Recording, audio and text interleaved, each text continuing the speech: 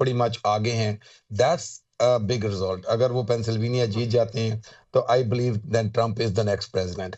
तो ये जो हम समझ रहे थे कि ये मुश्किल होगा और इस वक्त 50% प्लस वोट वो लेके बैठे हुए हैं और 48% हैरिस के पास है, तो यहाँ इसका मतलब ये है कि 2-1% जो वोट है वो थर्ड कैंडिडेट्स में भी डिवाइड हो चुके हैं वहां पे.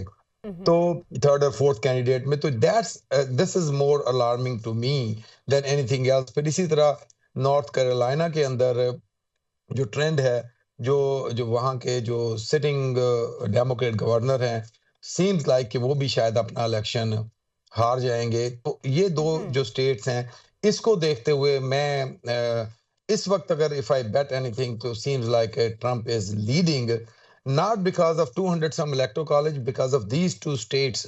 लेकिन at the same time Kamala Harris जो है वो इस वक्त मिशिगन के अंदर लीड कर रही हैं, जो वो भी एक ऑफसेट है जो डोनाल्ड ट्रंप समझ रहे थे कि ये उनकी है. इसी तरह एरिज़ोना जो हम समझ रहे थे कि डोनाल्ड ट्रंप ले जाएंगे, वो नेक टू नेक चल रहा है. तो इस दो चार चीजों को जब आप सामने रखते हैं, तो slightly slightly very slightly Donald Trump is kind of ahead partially. लेकिन ये है कि तो ताहिर नथिंग साहब, वो वेरी कौन से क्लियर फैक्टर्स येट. हैं आपकी नज़र में, आप क्या समझते हैं कौन से फैक्टर्स हैं जिससे जीत मुमकिन होगी, अगर होगी तो रिपब्लिकन्स की?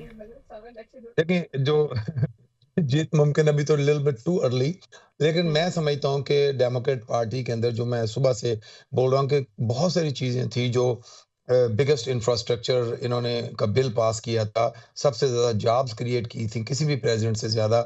इन चीजों को डिस्कशन में ही नहीं लाया जा सका. फिर कामला हैरिस के पास टोटल 100 कुछ दिन थे जिनकी उन्होंने कैंपेन की, वर्सेस 2 साल डोनाल्ड ट्रंप की कैंपेन के.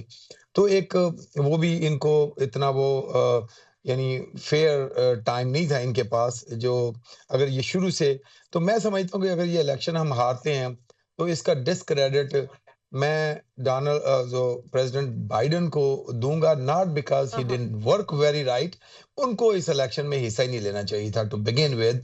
वो किसी और कैंडिडेट को शुरू में ही ऐलान करते अपना इस चीज का कि मैं इलेक्शन में हिस्सा नहीं ले रहा. और उनके जो भी एडवाइजर्स थे उस वक्त, उन्होंने इनको जो एडवाइस किया, और उन्होंने वो जो बड़ा प्रेशियस टाइम ज़ाया किया डेमोक्रेट कैंडिडेट का, I think that will be the biggest reason अगर ये इलेक्शन कामला हैरिस हारती हैं तो. ठीक है, राजा हसन साहब रिपब्लिकन रहनुमा भी हमारे साथ मौजूद हैं। राजा हसन साहब, कितने कॉन्फिडेंट हैं आप? हतमी तौर पर तो अभी कुछ नहीं कहा जा सकता, लेकिन अगर जीत आपका मुकद्दर बनती है, तो किस तरह से आप देख रहे हैं रिपब्लिकन्स ट्रीट करेंगे अमेरिकन को? और अगर हार आपका मुकद्दर बनती है, तो क्या खुले दिल से तस्लीम किया जाएगा, या फिर वो 2020 वाला हम देखेंगे, दोबारा से रिवर्स होगा सीन? देखें, एक टाइन करता हूँ आंसर कि अभी बात हो रही थी बाइडेन के बारे में, and you know how there was a failed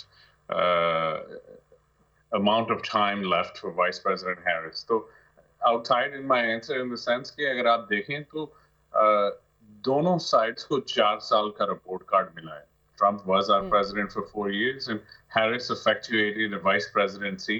And in many interviews उसने कहा कि she wouldn't change anything. And so as a result, it's safe to assume that many of the administrative decisions would be similar. तो answer करने में अब microscopic lens हम Pennsylvania और north Carolina पे डाल रहे हैं, जैसे पहले कहा गया. पेंसिल्वेनिया हैज 19 इलेक्टोरल वोट्स और नॉर्थ कैरोलिना हैज 60. सबसे इंटरेस्टिंग चीज जो अभी हो रही है कि in past elections north Carolina में 2016 2020 में ट्रम्प जीते, और आज के जो लेटेस्ट स्टैटिस्टिक्स आ रहे हैं नॉर्थ कैरोलिना के, it seems that he's beating his own numbers from the 2020 election by 3%. So I think it's a very viable reality that Trump will be our next president. As far as what happens if he's not president, I think we already have that report card. हमारी जो economic inflation or issues or मसले चल रहे हैं economy में, those are as a result of President Biden and Vice President Harris. जो हमारी migrant crisis है, where we lack legal immigration vehicles, that is as a result of the current administration.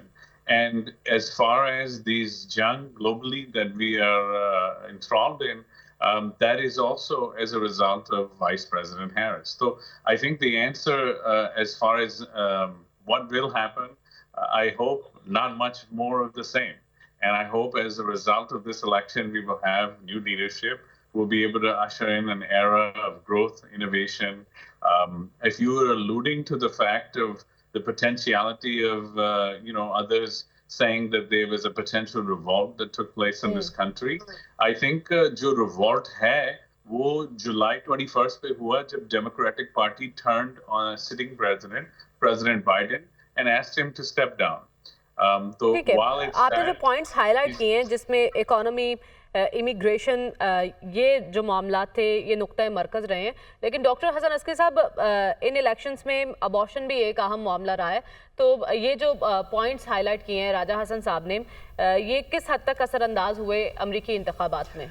देखिए, अमरीकी इंतखाबात पे अंदरूनी फैक्टर्स जो हैं वो हमेशा ज़्यादा असरअंदाज होते हैं, और यहाँ हमें यही चीज़ जो है वो नज़र आती है, क्योंकि इस वक्त जो ज़्यादा थिंकिंग वहाँ ये है कि अगर कामला हैरिस इलेक्शन जीतती है तो बाइडन की जो मौजूदा पॉलिसीज़ हैं वो कंटिन्यू करेंगी, और इस कंटिन्यूटी का जो असर है उसकी वजह से भी बहुत से वोट जो हैं इधर से, यानी इधर डेमोक्रेट से रिपब्लिकन की तरफ गए हैं, क्योंकि इस दौर में जहां हमें अंदरूनी तौर पर इकॉनमी में मुश्किलात नज़र आई, अगरचे कुछ काम उन्होंने किए, लेकिन ओवरऑल जो कॉस्ट ऑफ लिविंग है अमेरिका के अंदर वो हमें बढ़ती हुई नज़र आती है। दूसरा ये है कि जो इंटरनेशनल लेवल पे अमेरिका की एबिलिटी या अमेरिका की कैपेबिलिटी एक रोल प्ले करने की, वो भी पहले की निस्बत हमें कम नज़र आती है, उसकी अमेरिका की मुश्किलात में इजाफ़ा हुआ है।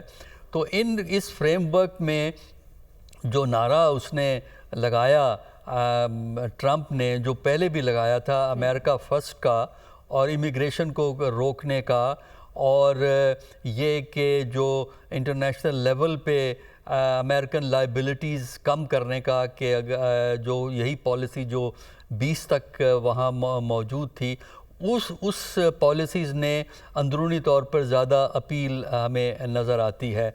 और ये बात भी सही है कि अगर बाइडन साहब बहुत पहले फ़ैसला कर लेते कि वो इलेक्शन नहीं लड़ेंगे, तो मेरा ख़्याल ये है कि फिर डेमोक्रेटिक पार्टी को अपने कैंडिडेट के बारे में फ़ैसला करके और उसके बाद कैंपेन चलाने में एक मार्जिन ज़्यादा मिल जाता है।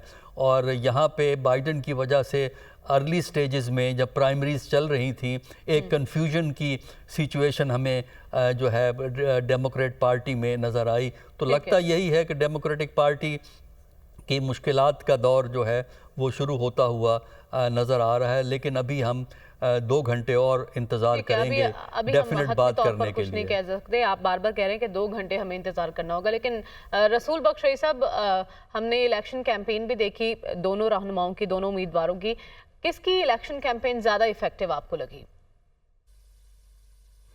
देखिए, डोनाल्ड ट्रंप की ज़्यादा इफ़ेक्टिव थी कि उन्होंने इमिग्रेशन को एक नुमाया इशू के तौर पर पेश किया, जिसकी के पजीराई वाइट वर्किंग क्लास में, रूरल एरियाज़ में जो कम पढ़े लिखे अमरीकी हैं, और यहाँ तक कि कुछ जो लैटिनो वोटर्स हैं, ब्लैक वोटर्स हैं, उनको भी उन्होंने ये मैसेज दिया कि देखें, ये जो गैर कानूनी तारकीन वतन है उनकी वजह से आपको जॉब नहीं मिल रहे, वो सही या गलत उसकी सेहत पे हम नहीं जाते, उसमें बहुत रेट्रिक थी, बहुत सी फल्सिफिकेशन थी फैक्ट्स की, लेकिन एक मोतबर इशू के तौर पर उन्होंने कौम के सामने रखा। और वो जो मेक्सिको के बॉर्डर के साथ दीवार बनाई थी लास्ट टाइम, उसको हाईलाइट किया, ये सारी चीज़ें। और ये कि मैं सबसे बड़ी डिपोर्टेशन शुरू करूँगा अमेरिका की तारीख की, तो वो एक इशू डेमोक्रेट्स ने इशू बनाने की कोशिश की अबॉर्शन को,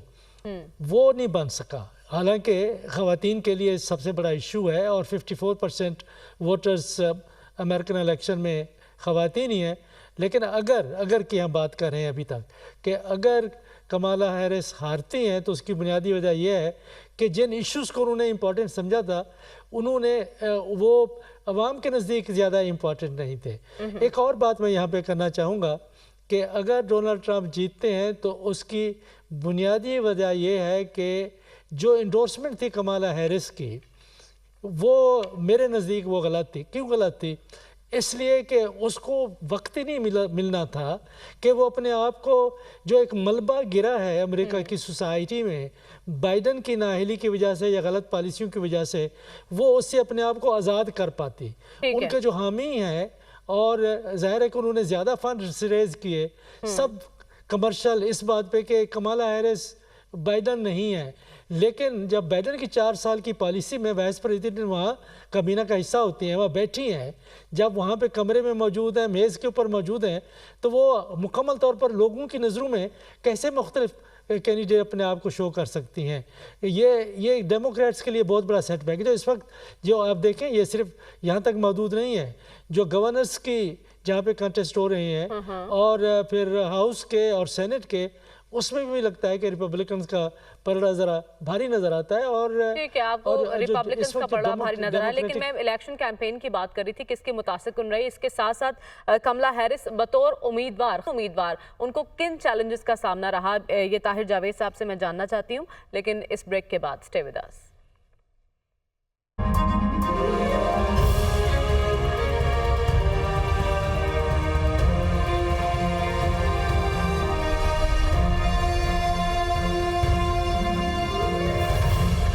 वेलकम बैक नाज़रीन, हम बात कर रहे थे कि किस उम्मीदवार की इलेक्शन कैंपेन ज़्यादा मजबूत रही, किसने कितना पैसा खर्च किया, और एक खातून उम्मीदवार की हैसियत से कमला हैरिस को किन किन चैलेंजेस का सामना रहा, इस पर हम बात करेंगे। लेकिन इससे पहले हमें हमारी कोरेस्पॉन्डेंट सना फातिमा ने ज्वाइन किया है सैन फ्रांसिस्को से। उनसे जान लेते हैं कि वहाँ पर ताज़ा तरीन सूरत हाल क्या है। सना, बताइएगा, एक तो वोटिंग का प्रोसेस कैसा रहा और नताइज आने का सिलसिला शुरू हो चुका है, तो अब तक के रिजल्ट क्या हैं? सना की आवाज़ गालिबन हमारे तक नहीं पहुंच पा रही, कोशिश करेंगे कि उनसे दोबारा रब्ता करें। मैं अपने सवाल की जानिब दोबारा वापस जाती हूं। ताहिर जावेद साहब, आपके सामने मैंने सवाल रखा था कि बतौर खातून उम्मीदवार किन किन चैलेंजेस का सामना रहा कमला हैरिस